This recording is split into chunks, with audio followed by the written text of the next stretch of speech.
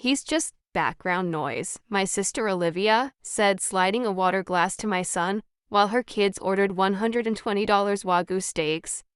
Mom added, Lucas needs to understand his place. I just smiled and said noted. When the chef arrived, I felt the blood drain from my face. I looked over at Lucas. He'd shrunk. That's the only word for it. He'd made himself smaller, his shoulders curling inward, his eyes fixed on the empty space where a plate should have been. He was 14 years old, and my sister had just called him background noise. My mother, Sarah, didn't try to fix it. She didn't apologize for her favorite daughter. She leaned forward, her pearls clicking softly against her wine glass as she set it down. Olivia is right, Brooke, she said. Her voice was smooth, reasonable, which made it 1,000 times worse. Lucas needs to understand his place at a dinner like this. His place. The words hung in the air, heavy and sharp. I know what you're thinking. You're probably screaming. Why didn't you get up? Why didn't you scream? Why didn't you grab your son and walk out right then? And I wish I had. God, I wish I had. But you have to understand what it's like. When you spend your entire life being told your voice doesn't matter, you eventually stop speaking. It's a kind of learned helplessness. It's a prison without bars, one built from a lifetime of small humiliations, of being overlooked, of being told in 1,000 tiny ways that you are not enough. When you live in that prison long enough, you stop rattling the cage. You learn that fighting back only makes the punishment worse. You learn that the only way to survive the holidays, the birthdays, the family dinners, is to make yourself invisible, to nod, to swallow the acid rising in your throat. My silence wasn't weakness. It was a survival mechanism. It was the scar tissue I'd built up over 38 years of being the other daughter. So I just nodded. A tiny, imperceptible dip of my chin. I watched Lucas take a small, careful sip of his tap water. He wouldn't look at me. He was too embarrassed. And I was too ashamed. Jenna, the server, returned. Her eyes flickered to Lucas and his empty place setting, then to me. I could see the pity there, and it was almost worse than the cruelty. She began pouring the wine, a bottle that cost $150. She filled Sarah's glass, Olivia's glass, my glass. Even the twins Chloe and Kayla got their sparkling cider poured into tall, elegant champagne flutes. Lucas just had his short, plain water glass. The bread basket arrived. A beautiful assortment of focaccia, sourdough, and warm breadsticks. Olivia immediately took the basket, offered it to her daughters, to my mother, and then placed it at her end of the table, far from Lucas and me. Lucas stared at the bread. He was a growing boy. He was always hungry. Mom, he whispered so quietly I could barely hear him. Can I have a piece of bread? Before I could answer, Olivia said, Oh, Lucas, don't fill up on bread. You're not eating, remember? Sarah just smiled a tight little smile and took a delicate bite of focaccia. This was my family, and I sat there silent, numb, trapped by a lifetime of practice. But under that numbness, for the first time, something new was simmering. It wasn't hot, white-hot anger. It was cold, it was quiet, and it was starting to count. My mother, Sarah, tapped her wine glass with a manicured fingernail. The sound, a sharp ting, cut through the restaurant's low hum. If I could have everyone's attention, she announced, beaming at Olivia and the twins, I just want to say a few words. I watched her raise her $150 bottle of Chardonnay. She was in her element. This was her stage. To my daughter Olivia, she began, who has always understood what it means to have ambition, who has built a wonderful life, a wonderful family, and who has raised 2 exceptional daughters. She smiled at Chloe and Kayla. We are so proud that you're both following in your mother's footsteps, getting into the best schools, aiming high. It just shows what's possible when you have drive, when you don't just settle for, well, for less. Her eyes flickered to me for half a second, just long enough for the insult to land. To the girls, she finished. The table erupted in cheers, and to Chloe and Kayla. Lucas and I just sat there. Our water glasses remained on the table. No one had poured him a cider. No one had offered me a glass of wine. And as I watched them all clinking glasses, laughing, celebrating the success of the right branch of the family, a cold realization settled over me. I used to think it was just simple favoritism, that I was just less interesting, less charming, less whatever than Olivia. But it's more complicated than that. It's a psychological script, and every family member has a role to play. It's called the golden child, divided by black sheep dynamic. The golden child, Olivia, can do no wrong. She is the living embodiment of all the family's hopes and values. Her successes are not her own. They are family successes. She is the star. But to have a star, you need a dark background to make the light look brighter. That's the black sheep. That's me. My role isn't just to be overlooked. My role is to be the contrast. My failures, or what they perceive as failures, are necessary. My lack of ambition, my struggles as a single mother, my quiet life, all of it is used as a measuring stick to make Olivia's achievements seem even more spectacular. I wasn't just the overlooked daughter. I was the necessary sacrifice. They didn't just forget about me. They needed me to be less than. Because if I also succeeded, who would Olivia be better than? Brooke, aren't you going to toast? My mother asked, her smile not reaching her eyes. I just raised my plain water glass. To family, I said. Olivia laughed a high tinkling sound and turned back to her daughters to discuss their new school uniforms. The moment had passed. The performance was over, and Lucas and I were invisible again. Jenna returned balancing 4 heavy plates. The smell of seared beef and truffle butter filled the air. She placed the $120 strip steaks in front of Sarah, Olivia, Chloe, and Kayla. They looked perfect, seared to a deep brown, resting on a bed of roasted vegetables. And then, nothing. She gave Lucas an almost invisible look of pure apology before moving to the next table. The family dove in. Oh, it's perfect, Olivia sighed, cutting a piece. It just melts in your mouth. My mother nodded, her mouth full. Absolutely divine. I didn't watch them. I watched Lucas. He was trying so hard to be small, to be invisible. He was staring at the wood grain of the table, his knuckles white, where he gripped his water glass. His bottom lip was trembling. Just slightly. But I saw it. My 14-year-old son was trying not to cry because his own family was treating him like an animal, like he didn't deserve to eat. And that was it. The invisible chain I'd been wearing for 38 years, the one made of be nice, don't make trouble, know your place, didn't just crack, it vaporized. The numbness I'd mistaken for survival evaporated, and what was left wasn't that hot, messy anger I used to feel. It was something colder, something focused, something precise. I'd spent my entire life being the black sheep. I had accepted it for myself. I'd eaten the scraps. I'd swallowed the insults. I'd paid for the privilege of being ignored.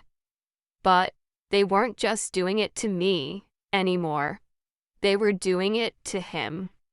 And that was a line they didn't get to cross. I looked up from Lucas, my gaze scanning the dining room. and I saw him. Chef Kenneth. My head Chef. He was doing his usual 8 p.m. rounds, walking the dining room floor, his white jacket, immaculate greeting, regular guests, checking on tables. He hadn't seen our table yet. He was 2 tables away chatting with a couple celebrating an anniversary. My mother was laughing at something Olivia said. They were completely oblivious. They were safe and warm in their little world, the one where they made all the rules and I was just the background noise. My heart wasn't pounding. I felt perfectly terrifyingly calm. I knew exactly what was going to happen next. I'd spent my whole life being quiet. It was time to make some noise. I lifted my hand. "Excuse me, Chef Kenneth," I called out. My voice was clear and steady. It cut right through their laughter. The table froze. Olivia's fork, loaded with steak, stopped halfway to her mouth. Brooke, my mother, hissed, her eyes wide with fury. "What in God's name are you doing? Don't you dare make a scene." Kenneth turned. His expression of polite professionalism shifted to confusion, and then to recognition as he saw me. "Can you join us for a moment?" I asked, my voice level. He started walking over. My family stared at me horrified. They thought I was about to complain about the bread. They thought I was about to embarrass them in front of this important man. They had absolutely no idea what was coming. Kenneth walked over, his face a mask of polite concern. He looked past my family, his eyes landing directly on me. "Mrs. Foster," he said, his voice warm and professional, "is there a problem with your table? Is the service not to your liking?"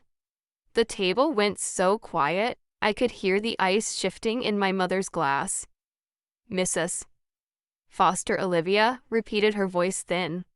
She looked from Kenneth to me, her mind clearly failing to make the connection.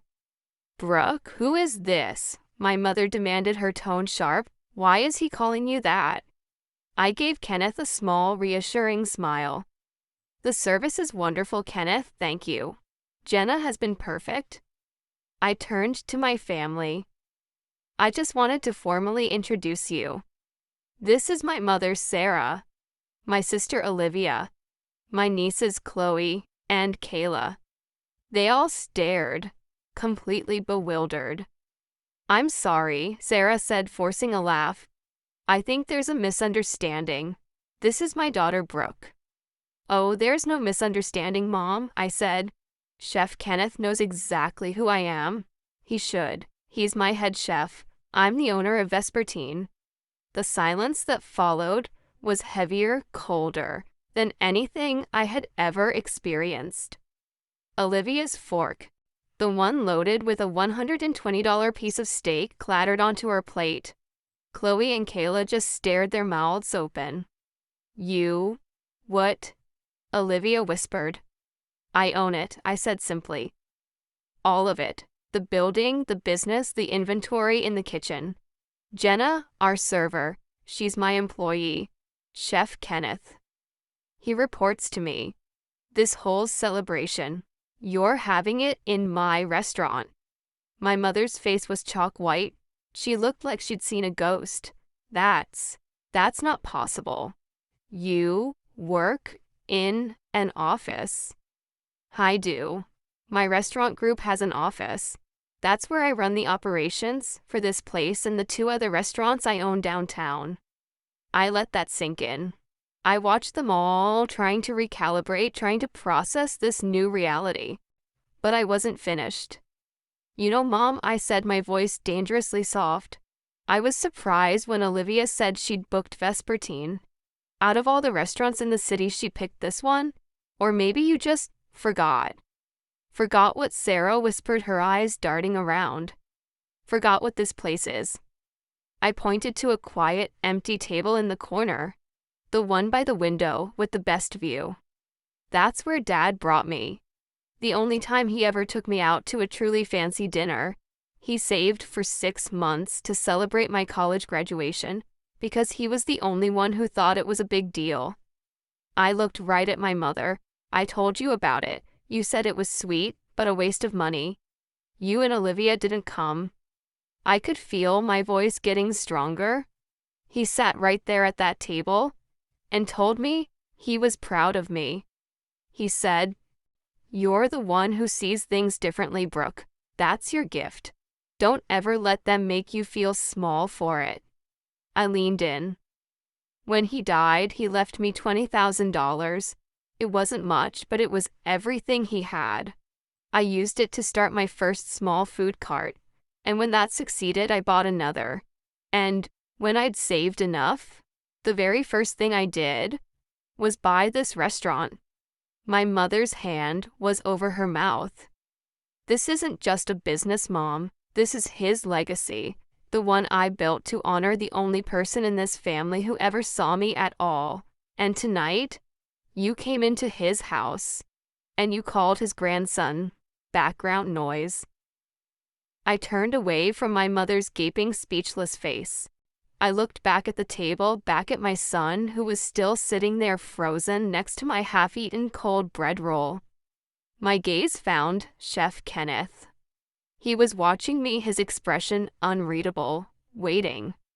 I gave him a calm, level nod. "Kenneth," I said, my voice perfectly even, "my son Lucas hasn't eaten yet. He was overlooked during the main course. Could you please take care of that for me?" "Right away, Mrs. Foster," he said. "What would he like?" I looked at Lucas. His eyes were wide and still shining with unshed tears. "Sweetheart, what do you want?" He swallowed, his voice barely a whisper. The steak?" "The steak," I confirmed to Kenneth, my voice ringing with a clarity that felt new. "The $120 Wagyu strip. And please add the truffle butter enhancement. Oh, and a large side of your truffle Parmesan fries. And the molten chocolate cake for dessert when he's ready. Whatever he wants. Put it all on my personal house account." "Of course, ma'am," Kenneth said. He gave Lucas a small, respectful nod and turned toward the kitchen. He understood. This wasn't just a food order. It was a correction. A rebalancing of the ledger. As Kenneth walked away, I turned to Jenna, the server, who was standing nearby, holding an empty water pitcher like a shield. "Jenna," I said, my voice just as calm, "you can bring the check for this table now." "Their check?" That's when the real panic hit them. "The check." Olivia stammered, her hand flying to her throat. "Brooke, no. You can't be serious." "Why not?" I asked. "This is your celebration. You booked the table. You ordered the wine. But the bill," Brooke, that bottle of wine alone, was $150. The steaks. It must be over $800. $810 to be exact, before tax and tip," I said. I knew the menu. I had approved the menu. You all seemed to be enjoying it. I don't have that kind of money." Olivia burst out, her voice cracking, her face crumpling. I can't pay that," I assumed. "I thought." "You thought what I said," stepping closer. "That you could come into my restaurant, order the most expensive items on the menu for yourself and your golden daughters, and then publicly humiliate my son. That you could deny him food, call him background noise, and then just walk out while I paid for the privilege of being insulted." "Brooke, please." My mother, Sarah, finally spoke. Her voice was trembling. "We're family. You can't do this to us. Think of the girls." "I am thinking of a child," I said, my voice dropping cold and sharp. "I'm thinking of my son, the one you told to know his place. The one you said was just background noise." I looked at Olivia. Her face was a mask of pure terror. The successful daughter, the golden child, utterly, completely exposed. You said family doesn't let a child go hungry, I said. But apparently you do. I, on the other hand, don't. Kenneth is feeding my son. Jenna arrived, her face pale, holding the black leather bill folder. She hesitated, looking at me. Give it to my sister, I said. Jenna's hand was shaking, but she did it. She placed the $810 bill directly in front of Olivia. Enjoy the rest of your celebration, I said. Now, if you'll excuse me, I'm going to join my son. You can pay Jenna on your way out. I took Lucas by the hand. Let's go, sweetheart, we're moving. Where are we going? He asked, his voice still small. To the best table in the house, I said. I led him away from the scene, past the staring diners, to the quiet corner booth by the window. It was table 12, the one with the best view of the city skyline. The one my father had saved for months to sit at. The one I'd always kept reserved even when we were fully booked, just because it felt like his. We slid into the booth. Kenneth arrived almost immediately, carrying a tray himself. He placed the $120 Wagyu steak in front of Lucas, followed by a large bowl of truffle parmesan fries. The molten chocolate cake will be out shortly, Kenneth said, treating my son with the respect he hadn't received all night. Thank you, sir, Lucas whispered. As Lucas took his first bite, his eyes went wide. Mom, he breathed. This is the best food I've ever had. You deserve it, I said, my voice thick. You deserve all of it. From our table, we had a clear view of the rest of the dining room. I watched the drama at my old table unfold like a silent movie. I saw Olivia, her face red and blotchy, arguing with my mother. I saw her swipe her credit card, only to have Jenna shake her head and hand it back, declined. I saw Olivia turn to her daughters Chloe and Kayla, who suddenly found the floor very interesting. I saw my mother Sarah let out a sigh of pure theatrical defeat before digging into her own designer purse and pulling out her own card. She slapped it down on the tray. The $810 bill plus a presumably minimal tip. Jenna processed the payment, and the family gathered their things. They didn't look at me as they walked out. They scurried their heads down their perfect celebration, ending in quiet, utter humiliation. After they were gone, the restaurant felt lighter. Lucas finished his steak and was halfway through his chocolate cake when he finally looked up at me. Are they going to be mad at us, Mom? He asked. I reached across the table and took his hand. Probably, I said honestly. They're probably going to be very mad. But I need you to listen to me, Lucas. Their anger is not your responsibility. Your responsibility is to know your own worth. I squeezed his hand. Don't you ever let anyone in this world, I don't care who they are, make you feel like background noise. You are not an extra. You are not a supporting role in someone else's story. You are the main character in your own. He nodded, his eyes serious. I know, Mom. I love you, I said. And I'm so, so proud of you. I love you, too. And you're pretty cool, Mom. Owning a restaurant? I laughed, the tension of the last 2 hours finally breaking. Yeah, I guess I am. Has Lucas finished his cake? I looked out the window at the city, and I thought about everyone else out there who might be listening to this.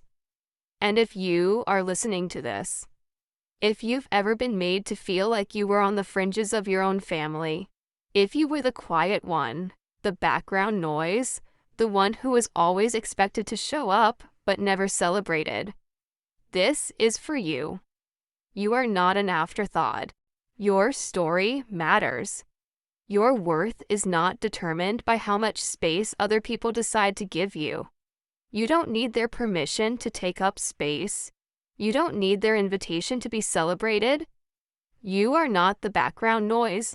You are the main character, and you deserve to eat at the head table.